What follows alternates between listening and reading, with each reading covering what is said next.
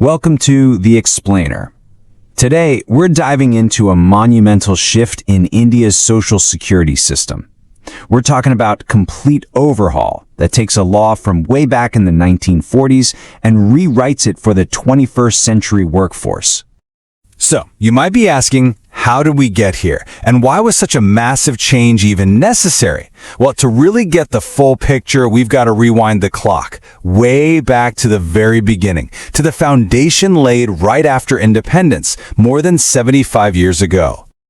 All right, so the story really kicks off back in 1948. We're talking about a landmark law that was created specifically to protect the health and, the financial security of India's growing industrial workforce.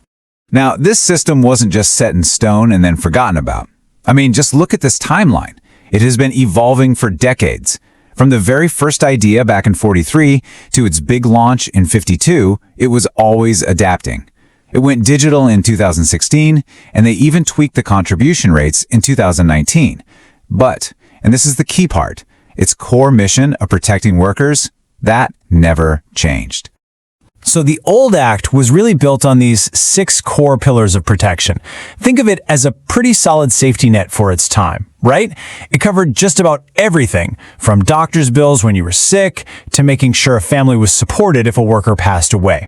And here's a really smart part of the old law. This thing called the once covered, always covered doctrine. It's actually genius. It basically meant that once a company was big enough to be part of the system, they were in for good, even if their number of employees dropped later. This was a huge deal because it stopped businesses from trying to game the system and made sure workers had stable, continuous protection. Pretty clever, right? But, time marches on. India's economy started to look completely different. New industries, new types of jobs. And the old law? Well, it just couldn't keep up. So something had to give. A massive legislative upgrade was on the horizon. So, what was the solution? Well, in 2020, they decided to rewrite the entire rulebook. They took 9 different, and let's be honest, kind of clunky laws and merged them into one single powerful code. You can think of it like this. They got rid of 9 separate apps on your phone and replaced them with one super app that does everything. And when this thing went live nationwide on November 21st, 2025, it changed absolutely everything. Okay, so what actually changed? What are the big ticket differences between the old way and the new code? Let's dive in and break down exactly how this new framework is put together. All right, this is probably one of the single biggest changes, and it's a real game changer for the modern economy. For the very first time, people we call gig and platform workers, your delivery drivers, your rideshare drivers, they are now officially recognized and brought into the Social Security net. This is huge. But the changes go way, way deeper than just that.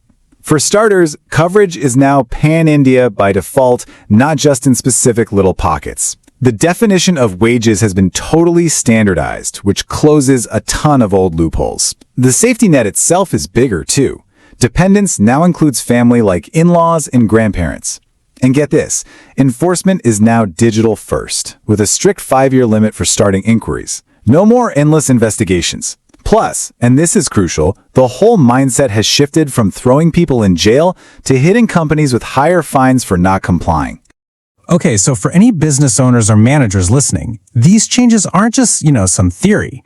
They have real immediate effects on how you have to structure salaries and handle your compliance. And probably the most critical thing for employers to wrap their heads around is this new 50% rule. See, in the past, some companies would keep the basic salary part of a paycheck really low to pay less in Social Security. They'd make up the rest with all sorts of allowances. Well, this new rule puts a stop to that. Now, if all those extra allowances, like your HRA or bonuses, add up to more than half of the total pay, any amount over that 50% gets added right back into the wages for calculating contributions. It's a fundamental change to how payroll has to be structured. And why does that new wage definition matter so much? Because it's the number that's used to calculate the total contribution, which is set at 4.00% of an employee's wages. And here's how that 4% breaks down. The employer actually pays the lion's share. That's 3.25%, while the employee contributes a much smaller slice, just 0.75% of their wages. And you better believe the new digital system means business. If you're late with payments, it triggers automated penalties that get bigger over time. A delay of less than 2 months, that's a 5% penalty. But if you wait more than 6 months, that penalty skyrockets to a pretty painful 25%. So with all these new rules, you might be thinking it sounds like a lot of work. So what's in it for everyone? Why does it matter? Well, the whole point is that this new system is designed to be a win-win, creating a better ecosystem for everybody involved. For employees, this is a massive upgrade. It's basically a cradle-to-grave safety net. We're talking unlimited, cashless medical care for your entire family. Your income is protected. You can get up to 90% of your wages if you're sick or injured. It provides a lifelong pension for permanent disability. And in a really huge step forward, it even includes unemployment benefits. It's a whole new level of security. And hey, this isn't just about new costs and rules for employers. There are some serious advantages here too. For one, it gives you immunity from huge lawsuits if there's a workplace injury. The system also covers the full cost of 26 weeks of maternity pay, which is a massive financial benefit. And at the end of the day, a single digital portal just means less paperwork and way simpler compliance. It's just a more stable, predictable environment to do business in. So there you have it. The new code on Social Security is a really bold move, right? It takes decades of tangled laws and pulls them into one modern framework. But here's the big question to leave you with. As the world of work keeps changing faster and faster, is this new system really future-proof? Only time will tell.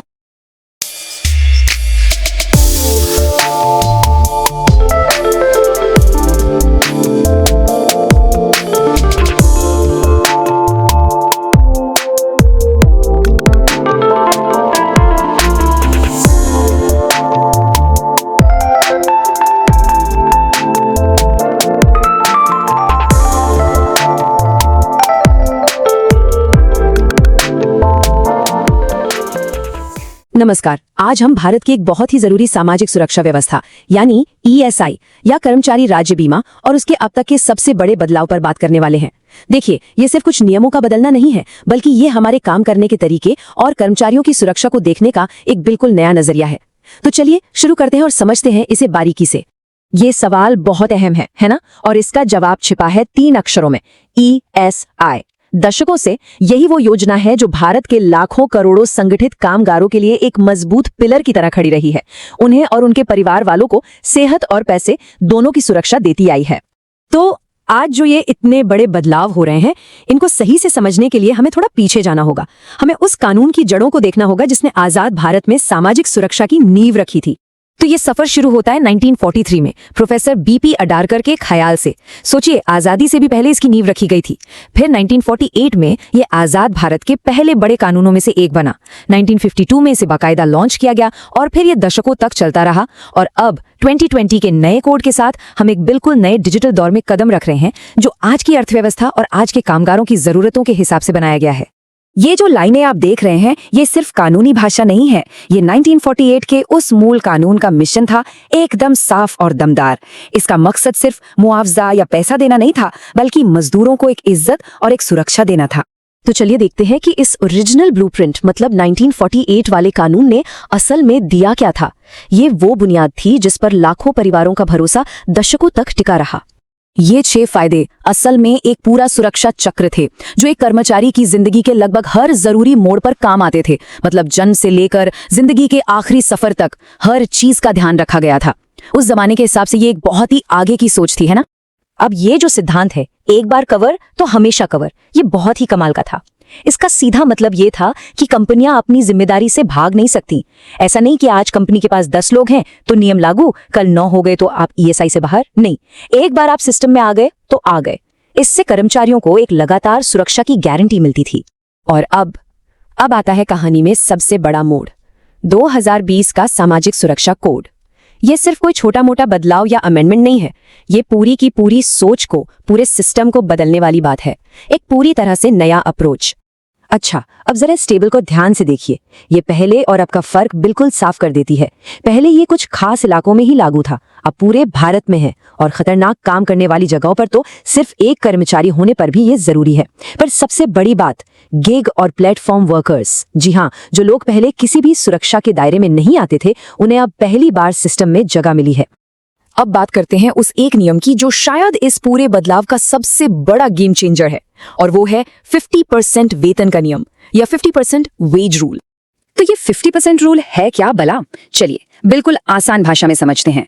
ये नियम बस इतना कहता है कि किसी भी कर्मचारी के भत्ते यानी अलाउंस उसकी कुल सैलरी के 50% से ज्यादा नहीं हो सकते।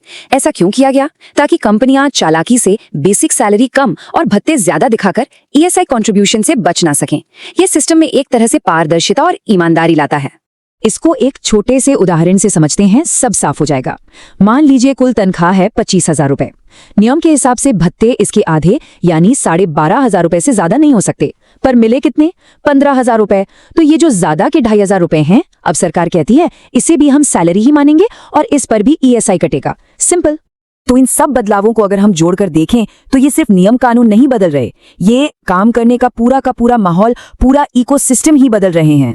कर्मचारियों के लिए तो ये फायदे सीधे सीधे हैं। बेहतर इलाज, परिवार का बड़ा दायरा कवर होगा, बेरोजगारी की हालत में भी कुछ आर्थिक मदद, और हाँ, आज के जमाने के लिए सबसे जरूरी नए तरह के काम जैसे गिग वर्क के लिए भी एक सेफ्टी नेट।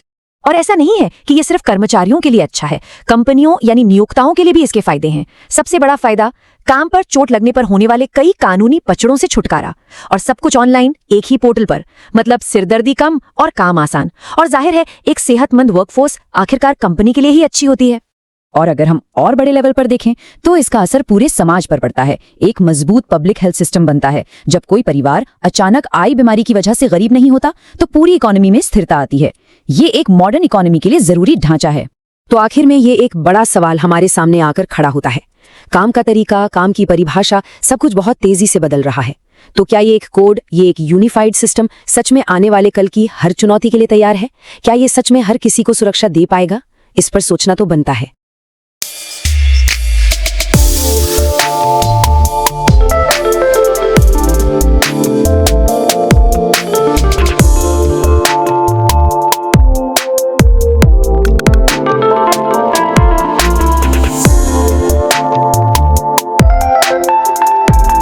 फाइनेंस टीमों की भी। बिल्कुल, फाइनेंस टीमों की भी। हम बात कर रहे हैं भारत के लेबर लॉ यानी श्रम कानून और एम्प्लॉय स्टेट इंश्योरेंस की, जिसे हम आमतौर पर ईएसआई कहते हैं, उसके ढांचे में हुए एक बहुत ही बड़े बदलाव की। बहुत ही ऐतिहासिक बदलाव। हाँ, तो हमारा मिशन आज इस बात को डिकोड करना है कि कैसे 1948 का एक पुराना कानून अब पूरी तरह से बदलकर 2026 के आधुनिक कोड ऑन सोशल सिक्योरिटी का रूप ले चुका है। और ये चर्चा बहुत जरूरी है। एकदम।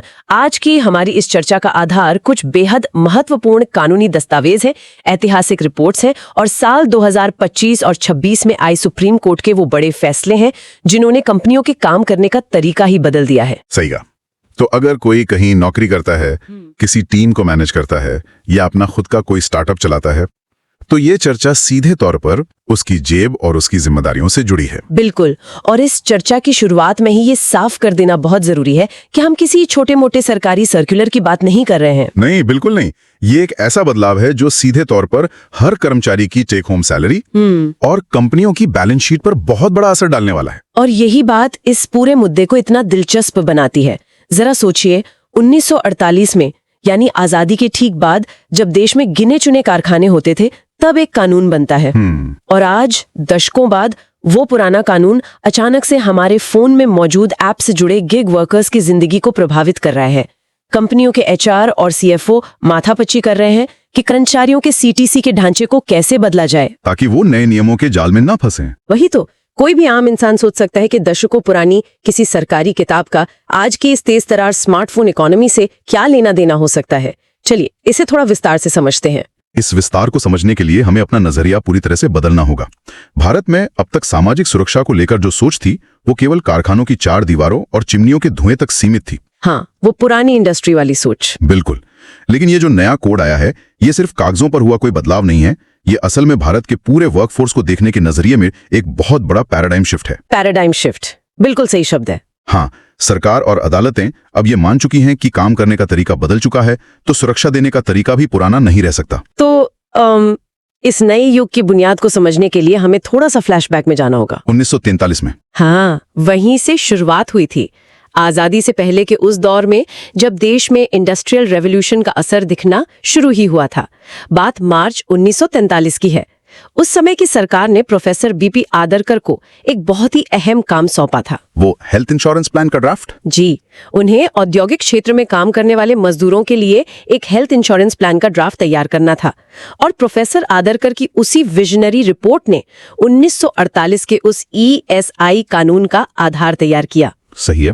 एक तरह से सोचा जा सकता है कि आजाद भारत का वो पहला ऐसा कदम था जहां सरकार ने कहा कि मजदूरों की सेहत सिर्फ उनकी निजी जिम्मेदारी नहीं है। अगर हम इसे बड़े परिदृश्य से जोड़कर देखें तो हम पाएंगे कि 1948 के उस कानून को बनाने वालों की दूरदृष्टि कितनी कमाल की थी। उस पुराने कानून में कुछ ऐसे बुनियादी सिद्धांत पिरोए गए थे जो आज 2026 में भी किसी चट्टान की तरह मजबूत खड़े हैं। जैसे कि वो सेक्शन 16 वाला नियम। हाँ, बिल्कुल। इसमें सबसे बड़ा और सबसे दिलचस्प नियम है वंस कवर्ड ऑलवेज कवर्ड का सिद्धांत। यानी एक बार जो दायरे में आ गया वो हमेशा के लिए दायरे में रहेगा। मतलब कोई पीछे नहीं हट सकता? नहीं, इसका सीधा सा मतलब ये था कि मान लीजिए किसी की कोई कंपनी है और किसी भी एक दिन वहां कर्मचारियों की संख्या उस कानूनी सीमा को छू लेती है जो कि आमतौर पर 10 या 20 कर्मचारी होती है, तो बस उसी दिन से वो कंपनी ESI के पक्के रडार पर आ गई। अब वो जिंदगी भर के लिए अपने कर्मचारियों को ये सामाजिक सुरक्षा देने के लिए कानूनी तौर पर बंध गए हैं। लेकिन एक बात बताइए, बिजनेस में तो उतार चढ़ाव आते रहते हैं। मान लीजिए किसी की एक टेक कंपनी है, वहां 25 लोग काम करते थे तो कंपनी ESI के दायरे में आ गई। ठीक है। लेकिन फिर मार्केट डाउन हुआ या कोई आर्थिक मंदी आ गई और उन्हें छटनी करनी पड़ी। अब उनके पास सिर्फ 5 लोग बचे हैं। तो क्या वो ESI से बाहर हो जाएंगे? हाँ, मेरा मतलब है, क्या वो सरकार से ये नहीं कह सकते कि भाई अब हमारी कंपनी छोटी हो गई है, अब हम पर ये नियम लागू मत करो? यही तो इस नियम की सबसे बड़ी खूबसूरती है और कंपनियों के लिए सबसे बड़ी सख्ती भी। वो ऐसा बिल्कुल नहीं कह सकते। इस मुद्दे पर 2023 में सुप्रीम कोर्ट का एक बहुत ही शानदार फैसला आया था जिसे लीगल हलकों में राधिका थिएटर केस के नाम से जाना जाता है। हाँ, राधिका थिएटर, मैंने इसके बारे में सुना है। इस मामले में थिएटर के मालिकों ने अदालत में यही दलील दी थी। उनका कहना था कि जब 1989 में ये हमेशा के लिए कवर होने वाला नियम कानून की किताब में जोड़ा गया था, तब तक तो उनके यहाँ कर्मचारियों की संख्या 20 से काफी नीचे जा चुकी थी। अच्छा, तो वो नियम बनने से पहले ही छोटे हो चुके थे? जी, इसलिए उनका तर्क था कि उन पर यह नियम पिछली तारीख से लागू नहीं होना चाहिए। देखा जाए तो उनका तर्क तो अपनी जगह लॉजिकल लग रहा है। लॉजिकल लग सकता है, लेकिन सुप्रीम कोर्ट ने इसे सिरे से खारिज कर दिया। कोर्ट ने बहुत ही सख्त लहजे में साफ किया कि ये नियम उन सभी प्रतिष्ठानों पर तुरंत प्रभाव से लागू होता है जो उस समय सक्रिय थे, भले ही उनके कर्मचारियों की संख्या गिर गई हो। तो मतलब कोई भी बचाव का रास्ता नहीं? बिल्कुल नहीं। अदालत का संदेश बहुत स्पष्ट था। कोई भी कंपनी सिर्फ कर्मचारियों की छटनी करके या कागजों पर कुछ लोगों को कॉन्ट्रैक्ट वर्कर दिखाकर अपने कर्मचारियों को ESI की सुरक्षा देने से बच नहीं सकती। ये तो बहुत कड़ा रुख है। सोचिए, अगर कोर्ट ये छूट दे देता तो आधी से ज्यादा कंपनियां जानबूझकर अपने कागजी कर्मचारियों की संख्या 19 पर ही रोक देती ताकि उन्हें ESI का पैसा अपनी जेब से ना भरना पड़े। ये नियम कर्मचारियों के लिए एक बहुत बड़ी ढाल का काम करता है। वाकई ये तो लूप होल्स को पूरी तरह से बंद करने वाली बात हो गई। लेकिन अब हम 1948 से सीधा टाइम ट्रैवल करके आज के दौर में आते हैं, 2026 के नए कोड पर। बिल्कुल, 21 नवंबर 2025 वो ऐतिहासिक तारीख बन चुकी है जब 1948 का वो पुराना ESI कानून आधिकारिक तौर पर कूड़ेदान में डाल दिया गया, या यूं कहें कि उसे रिटायर कर दिया गया। रिटायर कहना ज्यादा सही रहेगा। हाँ, और अब पूरे देश में कोड ऑन सोशल सिक्योरिटी का नया सवेरा हो चुका है। यहाँ बात सच में बहुत दिलचस्प हो जाती है। वो कैसे? क्योंकि जोमैटो, उबर और स्विगी जैसे जो डिजिटल एग्रीगेटर्स हैं, वो अब तक एक ग्रे एरिया में काम कर रहे थे। वो अपने डिलीवरी पार्टनर्स या ड्राइवर्स को कर्मचारी नहीं मानते थे, वो उन्हें पार्टनर कहते थे। अब पार्टनर शब्द का बहुत चालाकी से इस्तेमाल होता था और इसी शब्द के खेल से वो लेबर लॉ से बच जाते थे। और यही वो असली पैराडाइम शिफ्ट है जिसकी मैं चर्चा की शुरुआत में बात कर रहा था।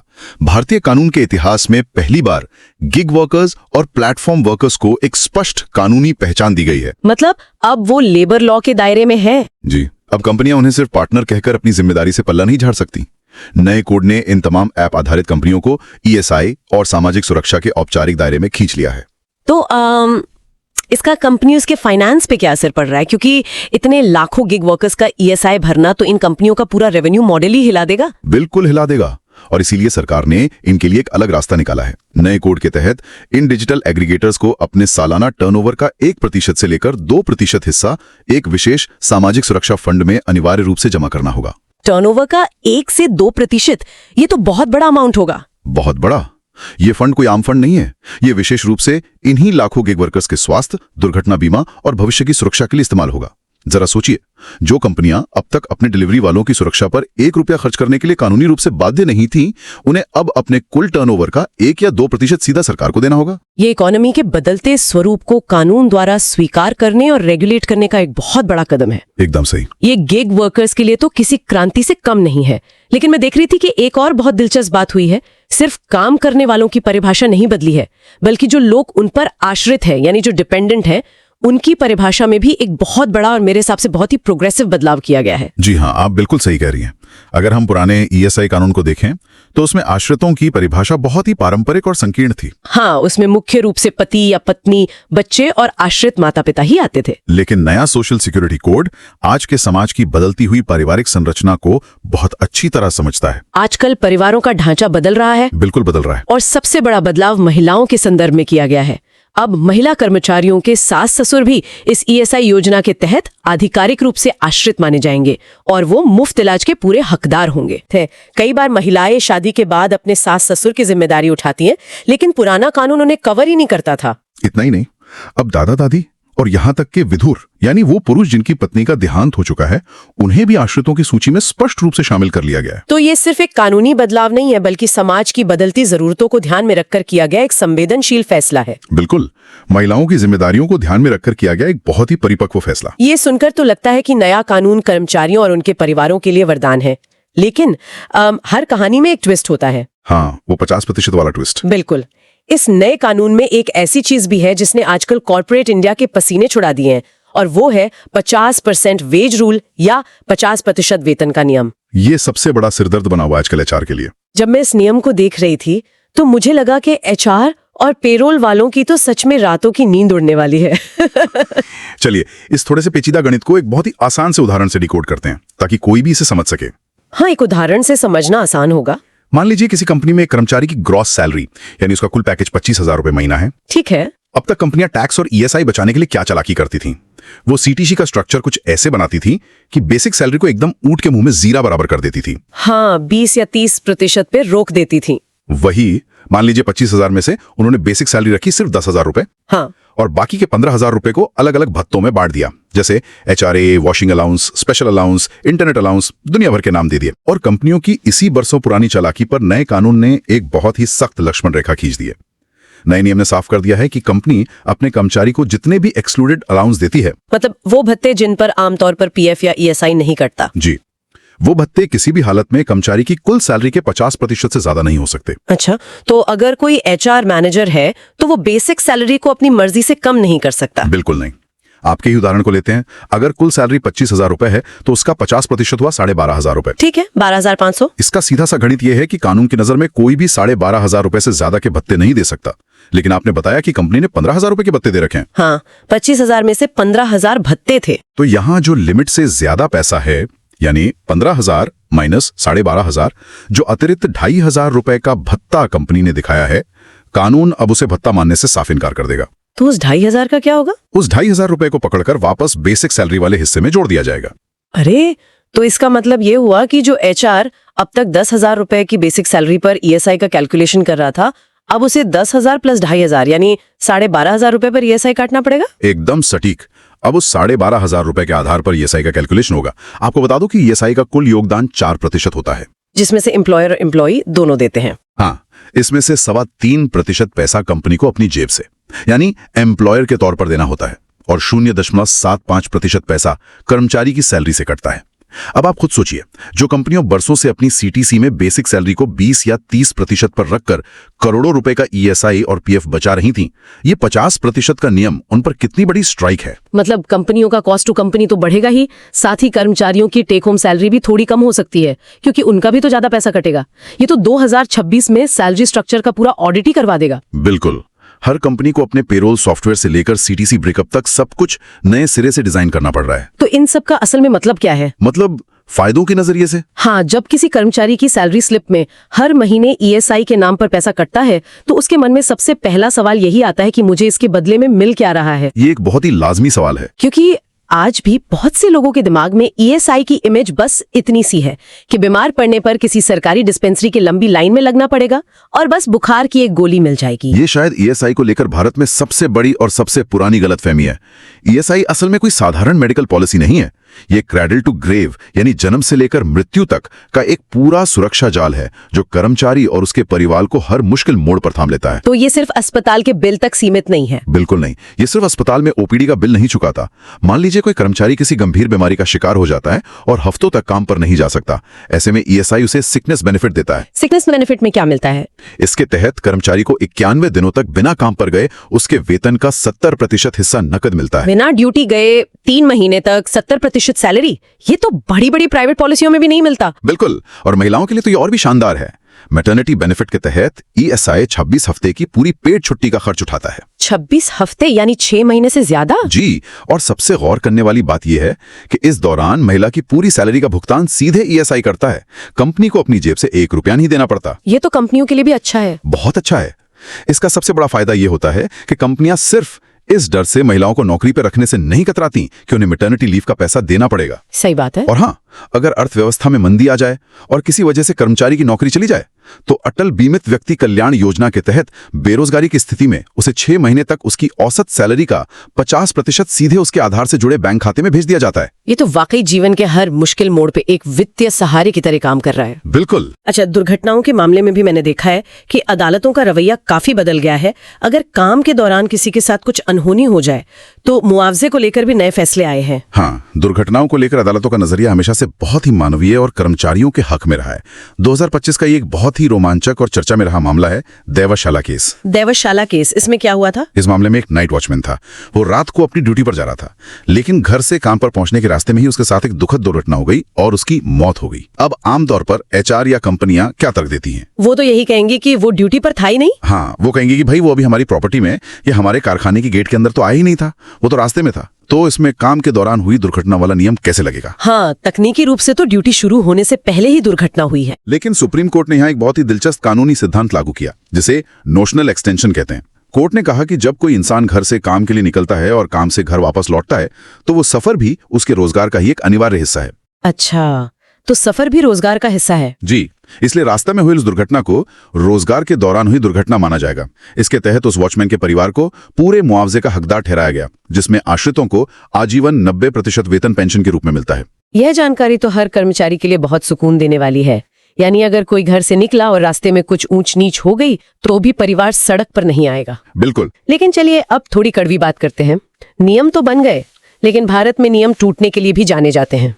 अगर कोई कंपनी ये सब नियम माने ही नहीं तो क्या होगा? वो कैसे? मतलब अगर कंपनी हर महीने सैलरी स्लिप में दिखा रही है कि ईएसआई कट गया, लेकिन असल में वो उस पैसे को ईएसआई खाते में जमा ही ना करे और खुद इस्तेमाल कर ले, तो इसकी निगरानी कौन कर रहा है? यहाँ जो बात सबसे आकर्षक है वो है सरकार द्वारा तकनीक का स्मार्ट इस्तेमाल। तकनीक का इस्तेमाल? हाँ, आपको याद होगा पुराने दौर में लेबर इंस्पेक्टर होते थे जो फैक्ट्रियों में अचानक पहुंच जाते थे, मोटे मोटे रजिस्टर चेक करते थे, और हम सब जानते हैं कि उस व्यवस्था में भ्रष्टाचार और इंस्पेक्टर राज की कितनी शिकायतें आती थी। हाँ, ऑडिट के नाम पर बहुत उत्पीड़न होता था। लेकिन नए सोशल सिक्योरिटी कोड ने उस पुराने इंस्पेक्टर राज को हमेशा के लिए खत्म कर दिया है। अब पारंपरिक इंस्पेक्टरों की जगह इंस्पेक्टर कम फैसिलिटेटर का एक नया मॉडल लागू किया गया है। फैसिलिटेटर? ये नाम तो थोड़ा अलग है। और सबसे बड़ी बात, अब कोई भी इंस्पेक्टर अपनी मर्जी से यह तय नहीं कर सकता कि आज मैं किस कंपनी में जाके ऑडिट करूंगा या छापा मारूंगा। तो ये कैसे तय होता है कि किस कंपनी की जांच होगी? ये पूरी तरह से एआई और वेब आधारित एल्गोरिदम के हाथों में है। श्रम सुविधा पोर्टल के जरिए सारा डेटा ऑनलाइन और डिजिटल हो गया है। कंप्यूटर खुद रैंडम तरीके से तय करता है कि किस कंपनी का ऑडिट होना है। मतलब सिस्टम खुद फ्लैग करता है? बिल्कुल। और अगर सिस्टम को किसी कंपनी के डेटा में या उनके सैलरी स्ट्रक्चर में कोई गड़बड़ी दिखती है तो ऑटोमेटिक ट्रिगर जनरेट होता है। इससे जो ईमानदार कंपनियां हैं उन्हें बेवजह की जांच और उत्पीड़न से बचाया जाता है। लेकिन जो जानबूझकर गड़बड़ी कर रहे हैं उनके लिए क्या?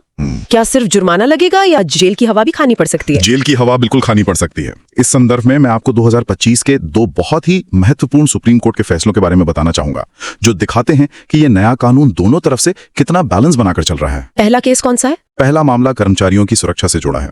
अजय राज शेट्टी केस, जो अप्रैल 2025 में आया था। इस मामले में एक कंपनी के जनरल मैनेजर ने ठीक वही किया जो आप अभी पूछ रही थी कि पैसा काट लिया पर जमा नहीं किया। एकदम वही। उसने कर्मचारियों की सैलरी से 0.75% हिस्सा काट तो लिया, लेकिन उसे सरकारी खाते में जमा करने के बजाय कंपनी के कामों में घुमा दिया। ये तो क्रिमिनल ब्रीच ऑफ ट्रस्ट है। एक तरह से कर्मचारियों की गाढ़ी कमाई की चोरी हो गई। बिल्कुल। और जब मामला कोर्ट में पहुंचा तो उस मैनेजर ने बचने के लिए बहुत ही अजीब दलील दी। उसने कहा कि भाई मेरा डेजिग्नेशन या टाइटल तो सिर्फ टेक्निकल कोऑर्डिनेटर का है, मैं कंपनी का असली मालिक या डायरेक्टर थोड़ी हूं, इसलिए मुझे सजा नहीं मिल सकती। मतलब वो टाइटल के पीछे छुपने की कोशिश कर रहा था। हाँ, लेकिन सुप्रीम कोर्ट ने उसकी इस दलील की धज्जियां उड़ा दी। कोर्ट ने साफ कर दिया कि आपका टाइटल चाहे कुछ भी हो, चाहे आप खुद को कुछ भी बुलाते हो, अगर कंपनी के पैसों पर या कर्मचारियों की सैलरी बांटने पर आपका नियंत्रण है तो आप ही प्रिंसिपल एम्प्लॉयर माने जाएंगे। और सजा क्या मिली? आपको जानकर हैरानी होगी कि उस जनरल मैनेजर को सीधे 6 महीने की जेल की सजा सुनाई गई। इस फैसले से कॉर्पोरेट वर्ल्ड के टॉप मैनेजमेंट में हड़कंप मच गया। संदेश साफ था, कर्मचारियों के हिस्से के पैसे से खिलवाड़ करोगे तो सीधा जेल जाओगे। ये तो उन एचआर और फाइनेंस हेड्स के लिए एक बहुत बड़ा अलर्ट है, जो मालिकों के कहने पर नियमों से छेड़छाड़ करते हैं। बहुत बड़ा अलर्ट है। लेकिन दूसरी तरफ हमने अक्सर देखा है कि सरकारी अधिकारी भी तो कई बार अपने पावर का गलत इस्तेमाल करते हैं और मनमाने तरीके से कंपनियों पर भारी भरकम जुर्माना थोप देते हैं। क्या कंपनियों के लिए इस सिस्टम से बचने का कोई रास्ता है? जी बिल्कुल है। नया कोड सिर्फ डंडे मारने के लिए नहीं है, ये बचाव भी करता है। और यही दूसरे फैसले का सार है, जो नियोक्ताओं यानी कंपनियों की सुरक्षा करता है। ये 2025 का कैरोबरंडम यूनिवर्सल केस है। इसमें क्या हुआ था? पुराने सिस्टम में ईएसआई अधिकारियों के पास एक पावर होती थी, जिसके तहत वो बेस्ट जजमेंट के आधार पर जुर्माना लगा सकते थे, सेक्शन 45A के तहत। इस केस में एक ईएसआई अधिकारी ने कंपनी के रिकॉर्ड्स को सिर्फ ये कहकर खारिज कर दिया कि ये अपर्याप्त हैं और बिना कोई ठोस सबूत दिए कंपनी पर लाखों रुपए का जुर्माना ठोक दिया। मतलब कोई कैलकुलेशन नहीं, कोई जांच नहीं, बस अधिकारी का मूड किया और लाखों का जुर्माना लगा दिया। हाँ, और यही बात सुप्रीम कोर्ट को बिल्कुल पसंद नहीं आई। कोर्ट ने इस आदेश को तुरंत रद्द कर दिया। अदालत ने स्पष्ट किया कि अधिकारी अपनी इस पावर का इस्तेमाल तभी कर सकते हैं जब कोई कंपनी बिल्कुल ही असहयोग करे, कोई रिकॉर्ड ही पेश न करे या जांच में बाधा डाले। तो अगर कंपनी सहयोग कर रही है तो मनमानी नहीं चलेगी? बिल्कुल। अगर कंपनी अपने रिकॉर्ड दे रही है तो अधिकारी मनमाने ढंग से जुर्माना नहीं लगा सकते, उन्हें उचित कानूनी प्रक्रिया का पालन करना होगा। ये फैसला उन ईमानदार कंपनियों के लिए एक बहुत बड़ी राहत है, जो नियमों का तो पालन करती हैं लेकिन कभी-कभी लाल फीताशाही और प्रशासनिक मनमानी का शिकार हो जाती हैं। ये बैलेंस होना बहुत जरूरी है। एक तरफ कर्मचारियों का पैसा सुरक्षित रहे और दूसरी तरफ ईमानदार बिजनेस चलाने वालों को बेवजह कोर्ट कचहरी के चक्कर न काटने पड़े। सही कहा। अच्छा, मैंने ईएसआई पोर्टल पर एक और नई चीज देखी थी, स्प्री 2026 एमनेस्टी स्कीम। ये किस बला का नाम है? ये असल में सरकार का एक बहुत ही स्मार्ट और रणनीतिक कदम है। देखिए, सरकार भी जानती है कि 50% वेज रूल और गिग वर्कर्स के शामिल होने से अचानक लाखों नए लोग ईएसआई के दायरे में आ रहे हैं। हाँ, एकदम से भार बढ़ गया है। और कई कंपनियों से अनजाने में भी गलतियां हुई होंगी, इसलिए सरकार ने स्प्री 2026 नाम की ये एमनेस्टी या क्षमादान योजना शुरू की है। ये कंपनियों को एक ग्रेस पीरियड या आखिरी मौका दे रही है। तो इसमें कंपनियों को क्या करना होता है? इसके तहत सरकार कह रही है कि अगर आपसे पहले कोई चूक हो गई है या आप कुछ कर्मचारियों को रजिस्टर करना भूल गए हैं, तो आप अब खुद आगे आकर उन्हें सिस्टम में डाल दीजिए। हम आपसे कोई पुराना भारी भरकम जुर्माना या पेनल्टी नहीं वसूलेंगे। ये तो बहुत ही प्रैक्टिकल तरीका है मुकदमों से बचने का। बिल्कुल। मुकदमों में उलझने के बजाय सिस्टम की साफ सफाई करने और ज्यादा से ज्यादा लोगों को इस सामाजिक सुरक्षा के जाल में लाने का ये बहुत ही अच्छा तरीका है। तो अगर हम आज की इस पूरी गहन चर्चा को समेटें तो एक बात बिल्कुल शीशे की तरह साफ हो जाती है। भारत का ये सामाजिक सुरक्षा ढांचा अब 1948 की उन पुरानी फैक्ट्रियों, सायरन की आवाजों और मिलों तक सीमित नहीं रह गया है। बिल्कुल नहीं, वो दौर पीछे छूट गया है। ये ढांचा अब पूरी तरह से मॉडर्न हो चुका है। ये ऐप आधारित इकोनॉमी और एआई निगरानी के नए दौर में सांस ले रहा है।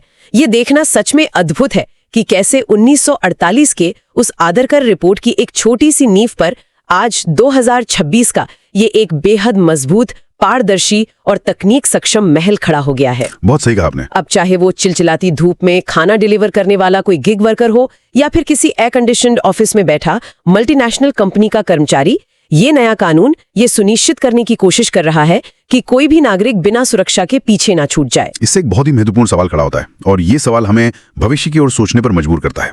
अभी हमने चर्चा की कि कैसे सुप्रीम कोर्ट ने देवशाला केस में ये साफ कर दिया कि घर से काम पर आने जाने के दौरान रास्ते में हुई दुर्घटना भी रोजगार का ही हिस्सा है। हाँ, वो नोशनल एक्सटेंशन वाला सिद्धांत। जी, और हमने ये भी देखा कि नया कानून अब जोमैटो, उबर जैसे गिग वर्कर्स को भी पूरी तरह से कवर करता है। तो अब जरा इस परिदृश्य के बारे में सोचिए। भविष्य में क्या होगा जब एक कैब ड्राइवर अपने ही घर के सोफे पर आराम से बैठकर अपने मोबाइल पर उबर या किसी अन्य कैब कंपनी का ऐप ऑन करता है और अपनी पहली सवारी का इंतजार कर रहा होता है। अच्छा, तो वो घर पर ही है अभी? हाँ, अब तकनीकी रूप से उसका काम तो ऐप ऑन करते ही शुरू हो चुका है। और ठीक उसी वक्त अगर घर के अंदर ही उसे कोई चोट लग जाए तो क्या कानूनी तौर पर वो अपने कार्यस्थल पर घायल माना जाएगा? ओहो, ये तो बहुत ही पेचीदा सवाल है। आधुनिक तकनीक और इन पुराने कानूनी सिद्धांतों के इस टकराव का भविष्य क्या होगा, ये आने वाले समय में अदालतों के लिए एक बहुत ही जटिल और दिलचस्प पहेली बनने वाला है। बिल्कुल। और मुझे लगता है कि जब तक ऐसा पहला अजीबोगरीब मामला किसी कोर्ट रूम में नहीं पहुंचता, तब तक इन ऐप कंपनियों की लीगल टीमों की रातों की नींद उड़ी रहेगी। घर का सोफा एक लीगल वर्कप्लेस हो सकता है या नहीं, ये बहस तो अब लंबी चलने वाली है। इस शानदार विचार और इस पूरी जानकारी से भरी चर्चा के लिए आपका बहुत बहुत धन्यवाद। मुझे उम्मीद है कि आज की इस चर्चा ने श्रम कानूनों और सामाजिक सुरक्षा के इस नई दौर को समझने में एक नई रोशनी डाली होगी। चलिए, इसी के साथ आज का ये डीप डाइव यहीं समाप्त करते हैं।